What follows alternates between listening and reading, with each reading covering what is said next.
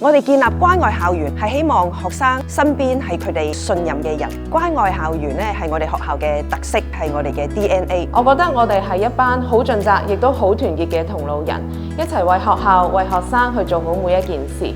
我最欣賞學校咧係好有人情味嘅，老師都俾足夠嘅支持同埋鼓勵我哋啦。學校好重視我哋每一個老師，當我哋好似仔女一樣，俾咗好多唔同嘅機會我哋。加密嘅教學團隊咧係相當專業㗎，對教學充滿熱誠同埋有好高嘅要求。呢一度其實除咗係一個職場之外，亦都承載咗好多教師嘅教育夢。學校咧係好重視教學嘅專業，學生要鍾意返學係學好嘅第一步，因為學生嘅成長需要有良好嘅榜樣，從佢同學身上面啦，從老師身上面。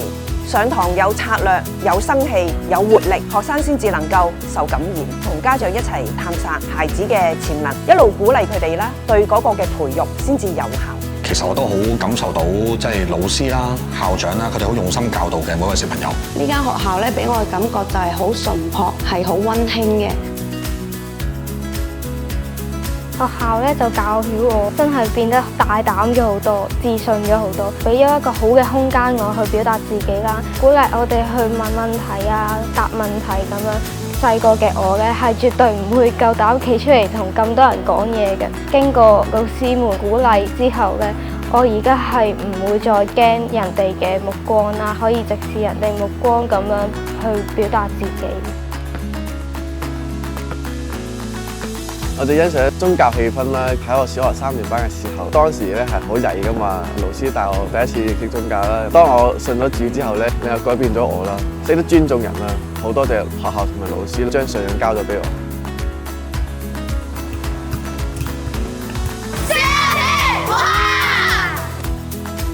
每個學生都有佢獨特嘅恩賜，亦都咧可以發光發亮。我哋學校俾到唔同嘅活動佢哋，我相信總有一個活動咧可以俾佢哋發展所長。我哋咧時刻以學生為中心，無論學生佢嘅性格、興趣、家庭背景有幾咁唔同，我哋老師咧都為所有嘅學生提供全面嘅照顧。我哋會關注佢哋嘅學業、佢哋嘅情緒、品格、人際關係等等唔同方面嘅狀況。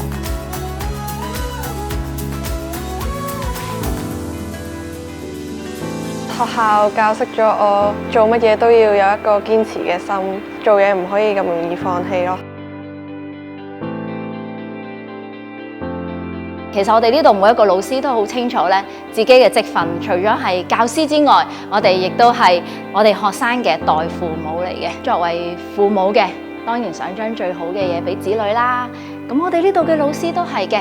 我哋都好想將自己畢生所學，好努力、好盡力咁樣咧傳授俾我哋嘅小朋友。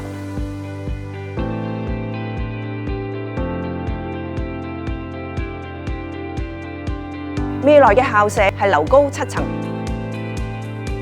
新校舍係可以幫到我哋去凝聚集體嘅文化。唔同嘅樓層有特色嘅樓層設施，學生體適能嘅活動中心，落地玻璃嘅圖書館。科學科創嘅園地，視藝嘅樓層，讓小朋友嘅潛能咧可以得到發揮，同埋咧演示出嚟嘅。新嘅校舍讓師生可以互相嚟到去互動啦，更加有效促進共融同埋關愛嘅文化。